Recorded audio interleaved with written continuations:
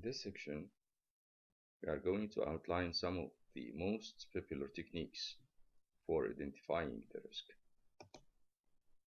The historical information. The first place to start with the risk identification is reviewing the historical documentation. Past projects of the similar size and scope are the great starting place because the risk that occurred have been recorded along with the success or the weaknesses of the response plans. The second technique is the brainstorming. Everyone has equal opportunity to express his ideas. And the beauty of this technique is that one person's idea may produce another idea from someone else that leads to another and so on. The third technique is the nominal group technique. The question to ask regarding the risk in this technique is that what's the absolute worst thing that could happen during the project? The fourth is the interviews. The interviews are question and answer sessions. That will have a subject matter experts, stakeholders, team members, customers, and anyone else who might help you to identify the risk. So it's a very good technique for identifying the different risks that may creep up on the project. The fifth one is the industry checklist.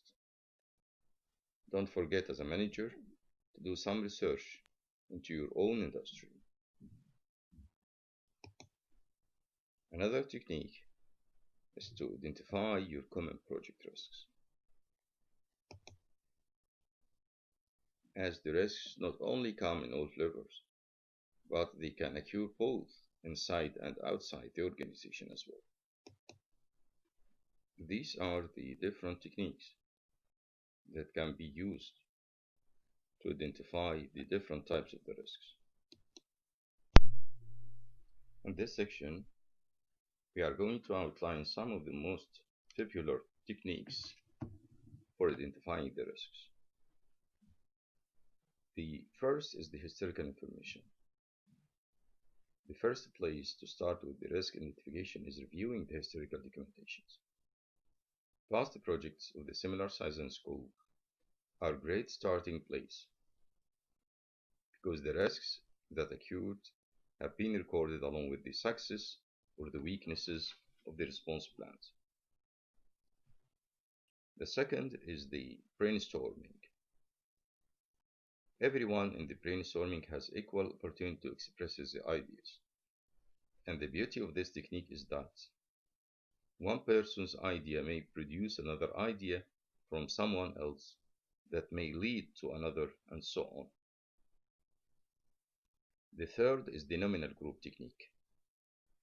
The question to ask regarding the risk in this technique is that what's the absolute worst thing that could happen during the project?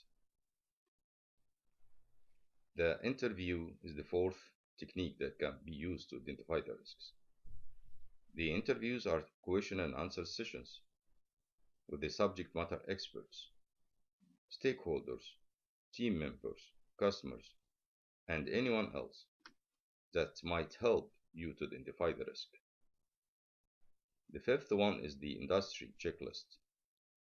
Don't forget to do some research into your own industry, including the associations or the special groups supporting your industry, for information that may have about the common project risk. The last one is the common project risk. Risks not come in all flavors, but also it occurs both inside and outside the organization. Internal risk come about due to the nature of the project itself, management decisions for changes, organizational issues, budget issues, and the resource issues. External risks come about the many resources as well, such as the weather, the legal issues, market issues, timing, social concerns, environmental issues, and changes in the vendor organizations. After collecting the risks we talked about in the previous section, we can make the risk checklist as we see in the figure. The risk checklist template includes the risk number, risk category, risk name, risk score, did the organization respond to the risk or not, the responsible party, and the percentage of the success. The next step is to document the risk.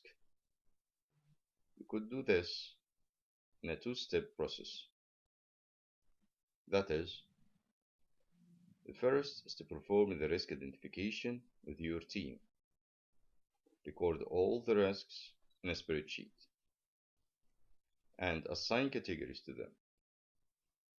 The next step involves performing the risk assessment and looking at the potential impacts of the risk that may have on your project.